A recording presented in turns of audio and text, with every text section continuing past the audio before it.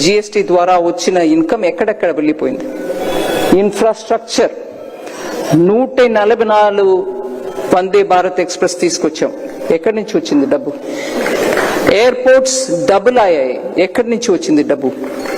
60% కంటే ఎక్కువ హైవేస్ కొత్తగా కట్టాం, ఎక్కడి నుంచి వచ్చింది డబ్బు?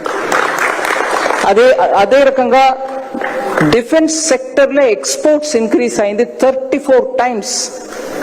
ఇవాళ మన డిఫెన్స్ ప్రొడక్ట్స్ బయట దేశానికి వెళ్తున్నాయి. దానికి కావాల్సిన ఇన్ఫ్రాస్ట్రక్చర్, డిఫెన్స్ కారిడార్, స్టార్టప్స్ కి అక్కడ ఇన్విటేషన్ ఇవ్వడం, వాళ్ళకి ప్రోత్సాహం ఇవ్వడం, టాలెంట్ ఫండ్ ప్రొవైడ్ చేయడం, స్టార్టప్స్ కి రిజిస్ట్రేషన్ టైం లెన్స్ 10,000 crore ఇవ్వడం, అది ఎన్హాన్స్ అయ్యి ఇవాళ 20,000 crores వరకు పోవడం. ఎక్కడి నుంచి వచ్చింది డబ్బు? మనం చేసే జిఎస్టీ ట్యాక్స్ ద్వారానే వస్తుంది. అట్లాగే వెల్ఫేర్ స్కీమ్స్, చాలా మంది అంటారు నేను ట్యాక్స్ కడుతున్నా అక్కడ ఫ్రీగా ఎవరికో ఏదో ఇస్తున్నారు. మన మధ్యలో ఉన్న బీద వాళ్ళకి మనం సపోర్ట్ చేయకుండా ఎలా ముందుకు వెళ్తాం? ప్రధాన మంత్రి గారు కమిట్మెంట్ దాంట్లో ఉంది కాబట్టి 90 times more increase in DBT transfer. అంత డిబిటీ కథ సెపరేట్ గా మనం చెప్పవచ్చు.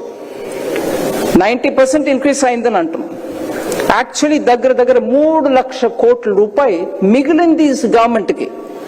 అంతమంది బోగస్ వాళ్ళందరినీ తీసేసాం. ఆధార్ బెనిఫిట్ కార్డు చూపించు, ఆధార్ బ్రిడ్జ్